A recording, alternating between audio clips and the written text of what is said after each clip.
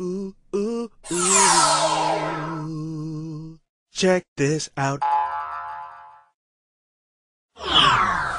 We're back, and you're back, and we're here at the mailbag. We're dealing with the mail that comes here to the Dean Show. I'm your host, Yusuf Estes, and we've been talking about the subject of the Jews and Christians and their treatment in Islam. And what we find is in the Quran some words that are being misunderstood because of translations. Highly recommend to all of you to learn the Arabic language. If you learn the Arabic language, then people can't trick you anymore, and you'll know what it really says, okay? We have a website for that called ArabicInEnglish.com.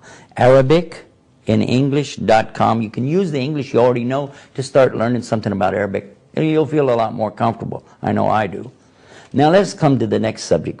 Somebody comes to us and they say, why does your book, meaning the Quran, why does your book say to kill all the Jews and Christians? Well, first of all, it doesn't say that. But still we reply back by saying, thank you for asking me about my religion. In Islam, we cannot lie. We have to tell the truth, and we have the proof to back up what we say. But sometimes people say things that are in the question is not true. So let's deal with this. What does it say in the Quran? Actually, we'll begin with the first instance of this in the Quran in chapter 2, called Surah Baqarah, the cow, verse 190, telling us about fighting. And it says, you fight them where they fight you. But if they stop, you stop. Because otherwise you become the transgressor.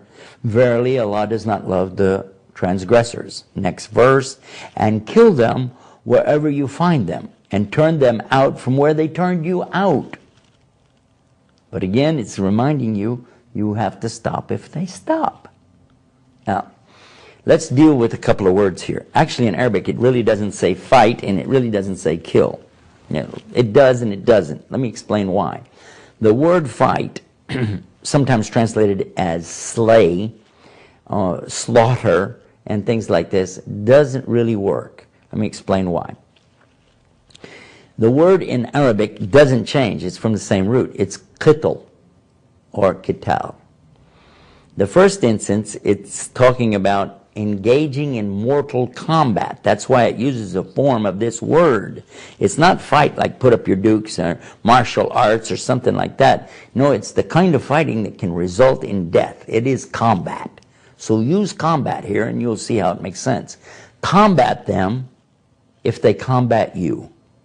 But if they stop, then you stop. Otherwise, you're the transgressor. Move to the next verse. Kill them in combat if they're killing you in combat. But again, if they stop, you have to stop. You know, it says to turn them out from where they turned you out. Now this is another key, because nowhere in here so far have we heard anything about Jews and Christians, because it wasn't talking about Jews and Christians. It was saying turn them out from where they turned you out. It was particularly talking about one instance that took place in the early days when the Muslims were literally thrown out of their own homes, off of their own land, away from their own property. Their property and all of the contents was seized by these people, the pagan idolaters of Mecca, their own relatives.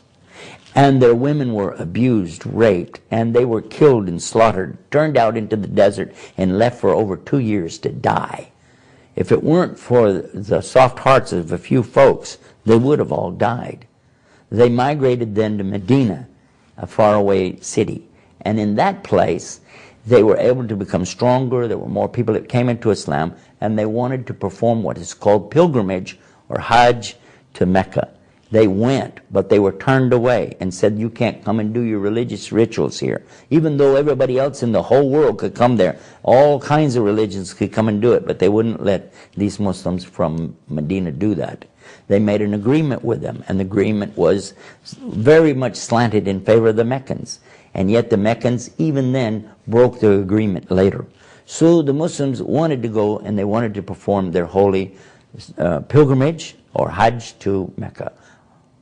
When they went, this time they were told by Allah in the Quran that if they engage in a fight against you, you can fight with them. Because one of the things about the pilgrimage they were worried about is, I can't fight. I'll be wearing 2 towels, and the rule is known that in the religions, all of the religions around there, when you're in the state of ihram or the state of pilgrimage, you're not allowed to fight. So these guys can come chop your head off, you can't do anything about it.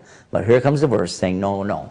If they fight you, then you can fight them back in combat. Even though you're wearing the 2 towels, and you can still fight. You can carry your sword with you. Okay? Then, if they're killing you, even you can go to that extent. It continues, though, in the next verse after that, saying, but don't do this. Don't do this in the holy place. The holy place, or the sanctuary, unless they're doing that to you there in the sanctuary. And again, you can defend yourself. And this is what it's talking about. It also uses a word in Arabic, which is fitna. It says this qitl, this kind of combat and killing, is still not as bad as the fitna that's going to be caused if you don't do it. Because when people are killing you, this is a fitna. And you must respond back. So anytime there's acts of aggression or terrorism against you and the Muslims in general, then you've been ordered now to go and fight back and stop it as much as you can, and then if they stop, you have to stop. I hope this clarified some of the questions you might have on this subject, and if you have more about this, I want you to visit our internet website to get clarification. Go to the IslamNewsroom.com and type in this word harsh in the box, and they'll give you the harsh questions. You get a list of them, or in this case, what you want to type in is combat to get this particular story. Until next time, this is Yusuf Estes saying peace. Peace be upon you. Wassalamu alaikum.